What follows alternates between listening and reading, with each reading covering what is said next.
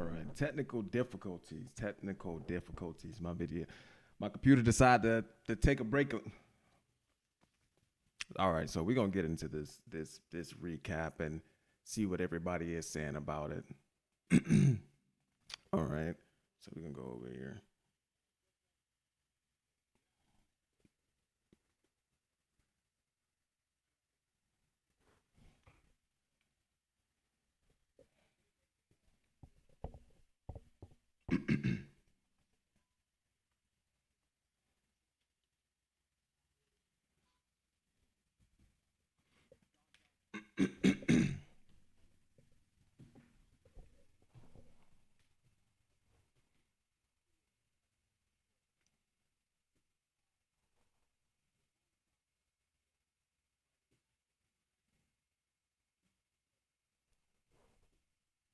All right. So you heard what Uncle Dana said. As long as John Jones is fighting,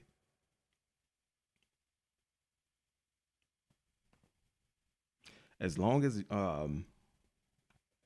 John Jones is in the rankings, he will be the number one pound for pound.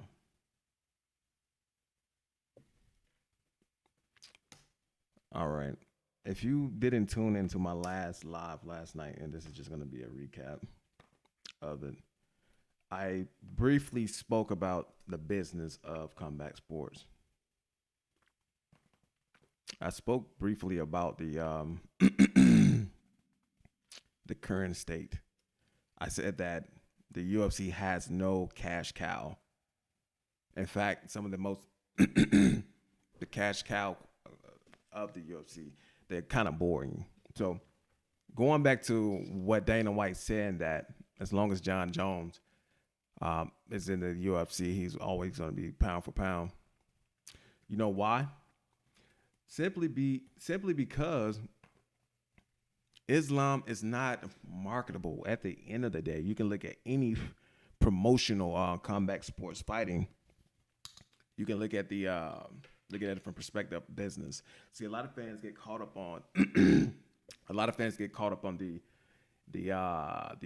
fighting aspect. Fighting is cool, but UFC they value markability. You know what I'm saying? It's like the WWE. You know what I'm saying? You can have a great wrestler, awesome wrestler, but if they're not marketable in any sense of the word, you're pretty much useless to the company. UFC don't value skills. Excuse me. UFC doesn't. They don't value skills. They value markability.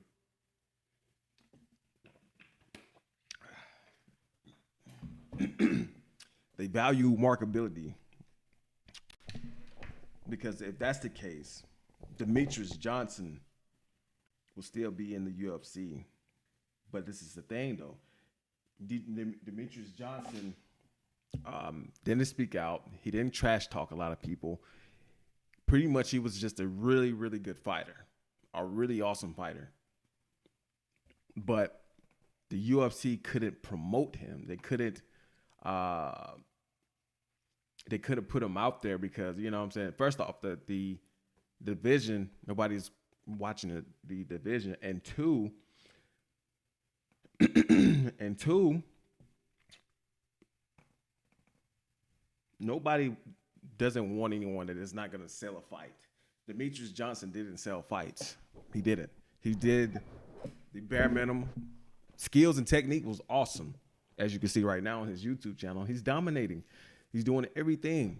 However, he just wasn't marketable. That's what Islam. You can't promote a Dagestanian Muslim, get him go up here and shit talk and talk trash about people. It's not gonna happen. He's just not marketable. But when you look at John Jones, someone who can talk crap and back it up, the UFC has no choice to get behind it. That's why That's why the UFC is so grateful and thankful that Conor McGregor is coming back in a couple weeks. So let's look at Islam. Now let's look at John Jones. Let's look at his stats.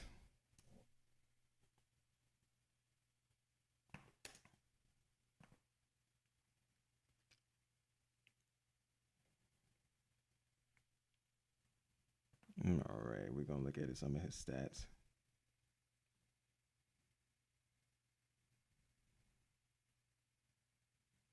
All right. Yo, looking at the stats right now is really quite embarrassing. Mm. All right, we're gonna do the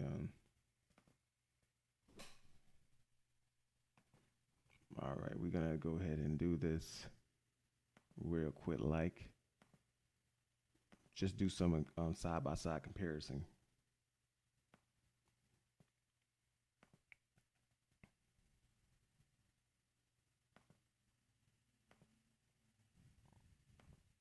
All right. So this is John Jones' current status. This is his current status. John Jones has fought one time since the last 3 years of the UFC. But this is the thing, though. The outside antics, the shenanigans of John Jones is what keeps him relevant. It keeps him relevant from the shit talking to the seminars and to things of that nature. And not only that, but John Jones is like an anti-hero. You know what I'm saying? He's not a hero per se. He's not the golden child. He's not the GSPs, you know, the clean cuts. He's more so of a more relatable to the public. Islam is not, respectfully.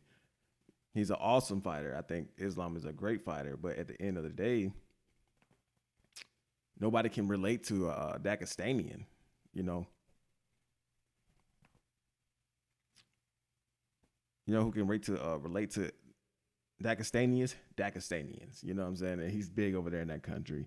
And looking at it in hindsight, so let me get this straight. Going back over here to John Jones, just comparing the.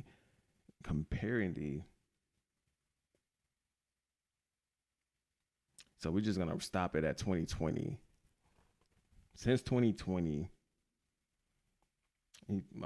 Islam has fought 1, 2, 3, 4, 5, 6, 7, 8. So if you want to look at it from the perspective, Islam has been the most, active fighter. You know what I'm saying? Fighting Dan Hooker, Bobby Green, Charles Oliveira, Alexander. He really had Dustin Poirier. He has some really heavy hit a heavy resume, but he's not marketable.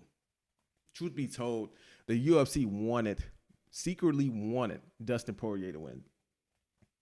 They secretly wanted Dustin Poirier to win.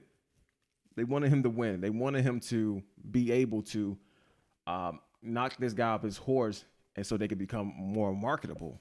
You know what I'm saying? And he came up short tonight, so that kind of put the UFC back in the hot seat. So they hoping that Leon Edwards is the one that take him out. They hoping that they can get this guy off the throne. This guy is not marketable. Hell of a fighter, good fighter, but he's just not marketable. He's not marketable. So in a sense, UFC doesn't care about your skills. They care about if you're marketable at the end of the day. At the end of the day, it's a business. You know what I'm saying? It's one thing to have skills and you become a champion. That's cool. But when you have skills and you're marketable, and you don't have to be a clean cut marketable. You can be heel. You can be the anti-hero, and still be marketable. And that's what John Jones is. That's why Dana White is going with John Jones over Islam, because they know for a fact John Jones is going to bring asses to the seats. You know John Jones is going to be able to sell a fight. They know John Jones is going to been with the company for a long period of time. So it's a little bit of loyalty with that. You know what I'm saying? One of the youngest champions in the world, not only youngest champion, but we actually had the opportunity to see John Jones grow before our eyes. We had the chance to see him from 20 all the way up until 37. That's 17 years with the company. 17 years with the company. You know what I'm saying? So Dana White is a little biased in this, and I'm a little biased because I remember John Jones being young. You know what I'm saying? But how I look at it from a business perspective, this is what Dana White is looking at it from. He's going to rock with John Jones. Like I said, you talking about Islam. Islam can't even eat pork. 90% that's already 90% of the people out the way. You know what I'm saying? I ain't gonna say 90, about 80% of people out the way, but he just not as marketable, all right? And I'm looking at some of these YouTube, not YouTube, but Twitter. It wasn't even close. Meanwhile, John Jones, the steroid cheater, is absolutely pathetic. John never finished a fighter with a top 3 pound for pound like this. So, like I thought, everybody's gonna be siding with the siding against it. But at the end of the day, it's a business. It's a business at the end of the day. A lot of people don't understand that. It's a business at the end of the day. All right. So we're gonna go ahead and get that out of the way. All right, we're gonna get into the main topic of this video.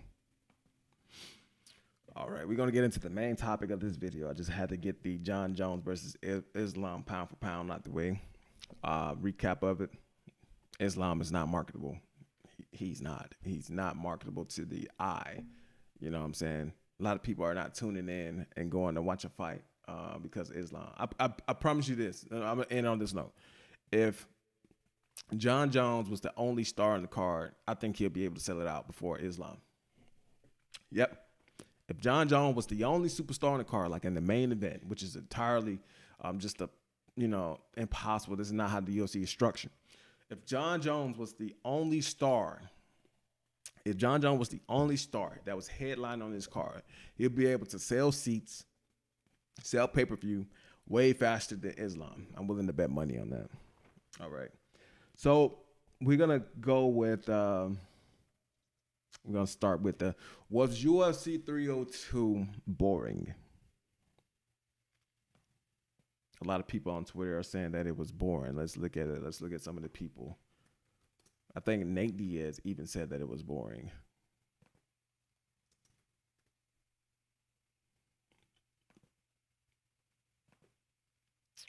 All right, I'm going to show some couple people. UFC 302.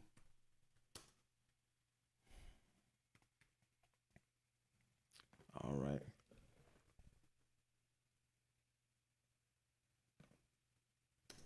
So was UFC boring? UFC 302 boring?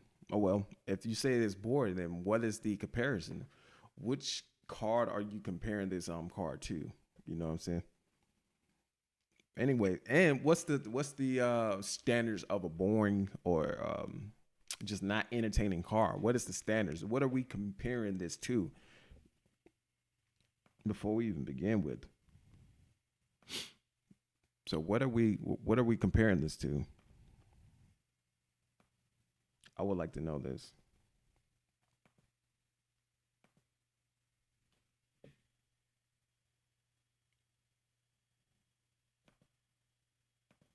So I just want to make sure everything is clicking on all cylinders. Excuse me.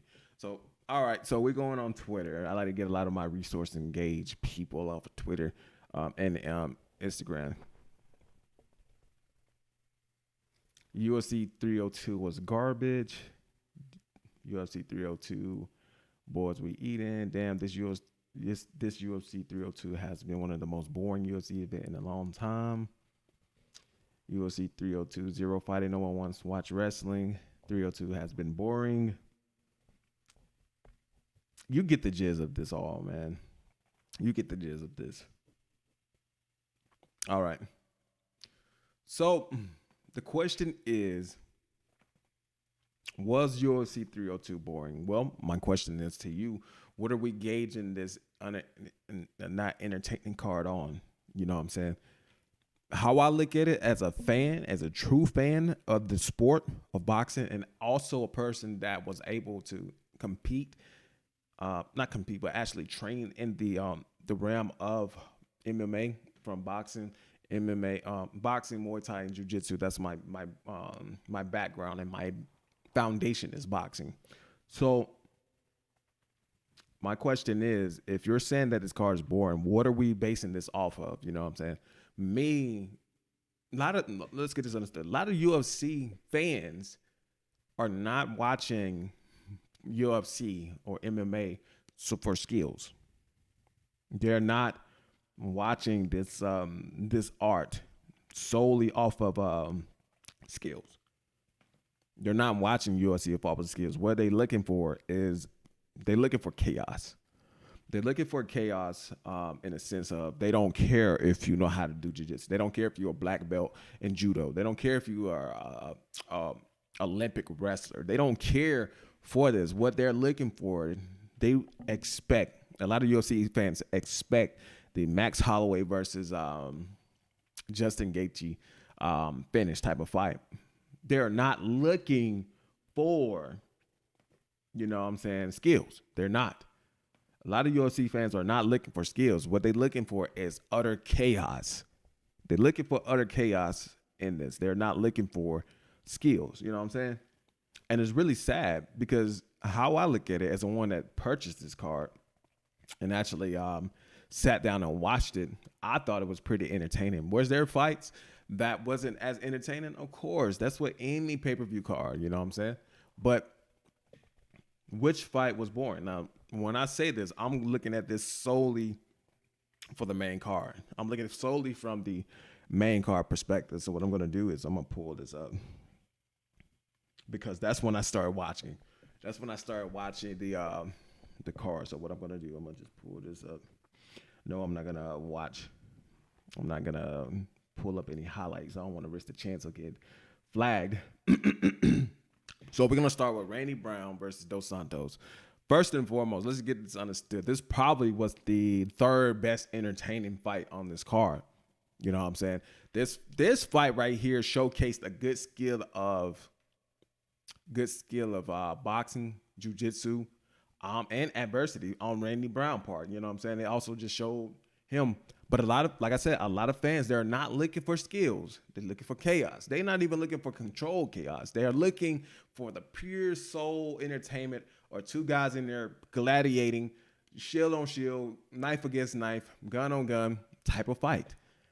And that's not how it works. Everybody don't have the style of fighting like Justin Gaethje or Max Holloway. They don't understand that style makes fight. Some style may make a boring fight. You know what I'm saying? But it's not about,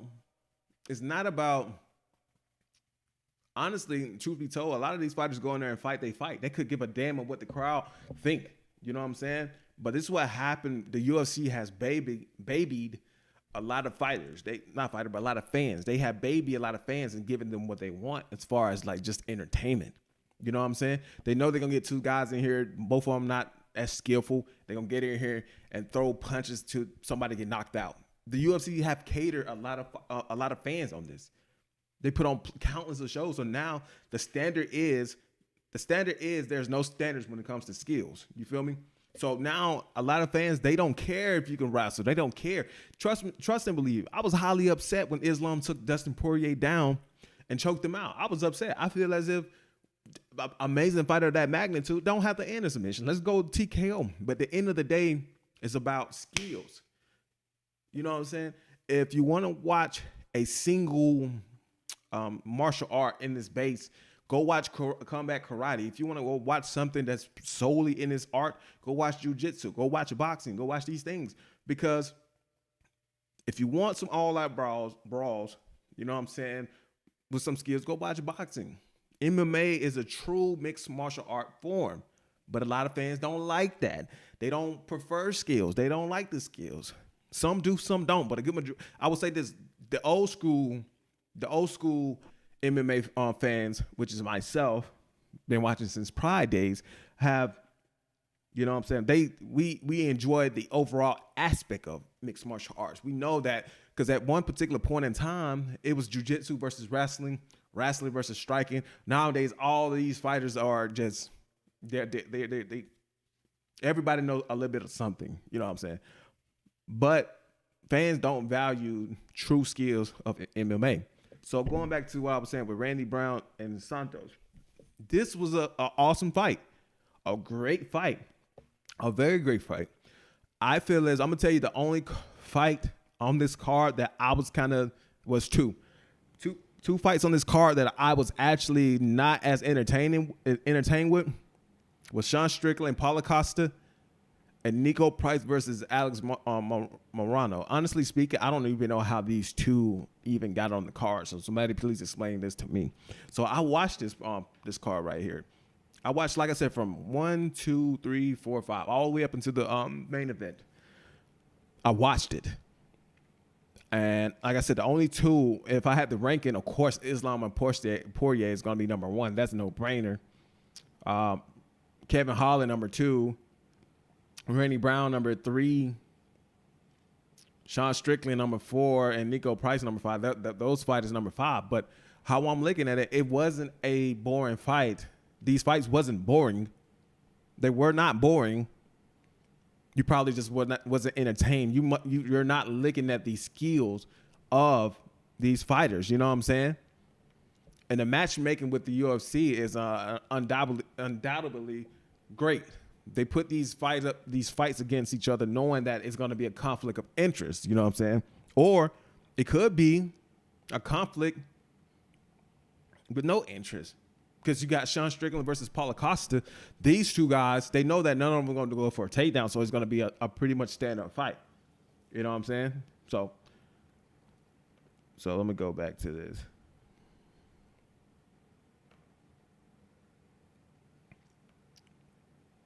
So I feel as, look at this. Look at this. Look. Knockdown, 0. Submission attempt, 0. Takedown, 0. A lot of the UFC fans going to say it's boring. You know what I'm saying? It was boring. How I look at it from a skill-based perspective, Sean Strickland really took Paulo Costa out of his memo. You know what I'm saying? Put him on the back foot, keep the pressure. But are we really surprised at this? Come on now. Are we really surprised that Sean Strickland fought Sean Strickland?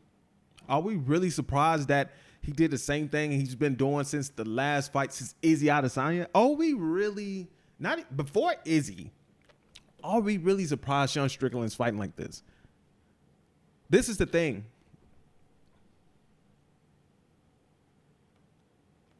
Sean Strickland problem, this is the problem what Sean Strickland is going to run into. Yeah, you can sell a fight, you can talk trash, but you're boring.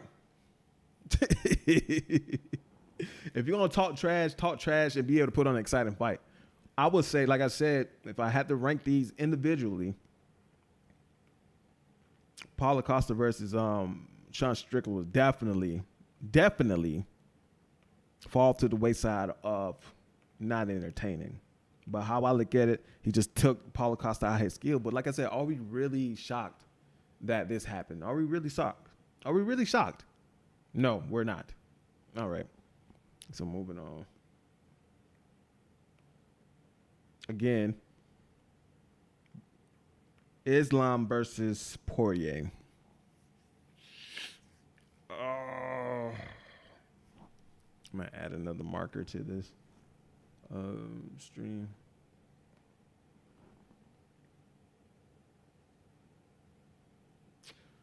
Islam versus Poirier, one of the best fights of the card, if you ask me. One of the best fights. For the simple fact, I think Islam only landed 5 takedowns in the entirety of the fight.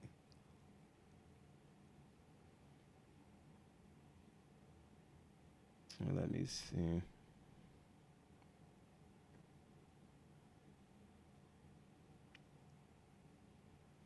I think he only landed 5, if I'm mistaken this.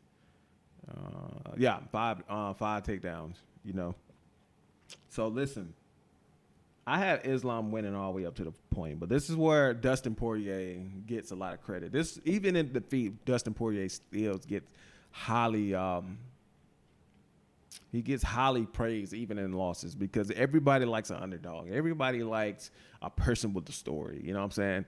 Like I said, Islam, he's cool, but he's not a Dustin Poirier. You know what I'm saying? Even though he lost, I'm willing to bet that Dustin Poirier, Dustin probably got paid a little bit more than Islam, because Dustin is more relatable. You know what I'm saying? He's proven himself.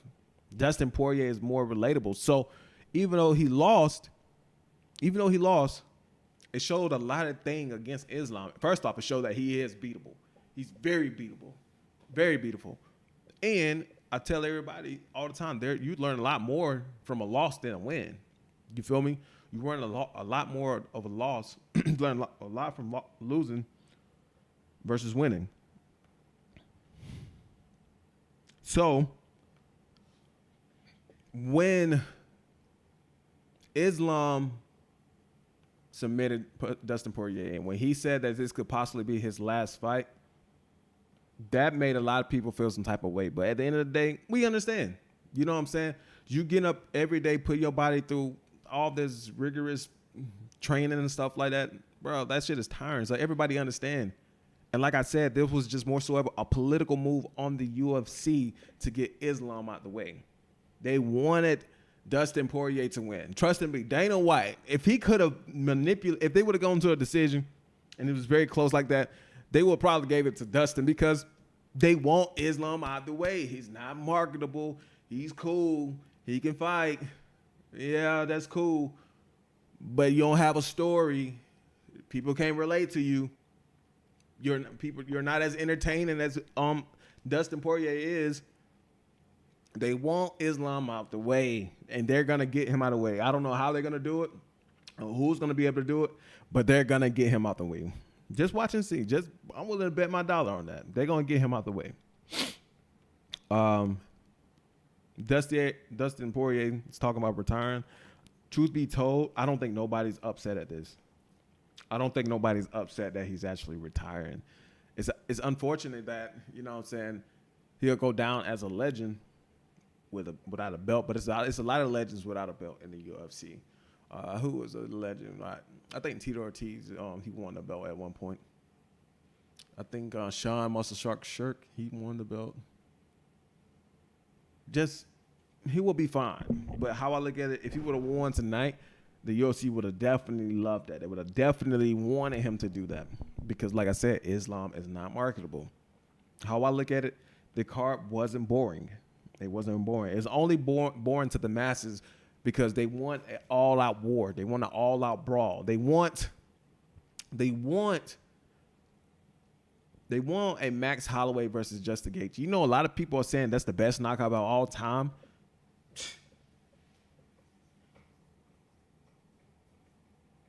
I still remember Mirko Krokop getting head kicked to oblivion by his own special kick. And a lot of people, and listen, don't get me started, bro. These new UFC fans are really, really different, bro. How I look at it, this card wasn't boring. This card definitely wasn't boring. I feel as if you came into this fight, if you came into this card looking for a brawl out or just no skills, of course it's going to be boring to you. But if you came in looking for skills, if you come in looking for techniques, you're looking in for adversity, resilience, of course, you're going to find that this fight with this card was actually entertaining. Like I said, if I had to rank it, if I had to rank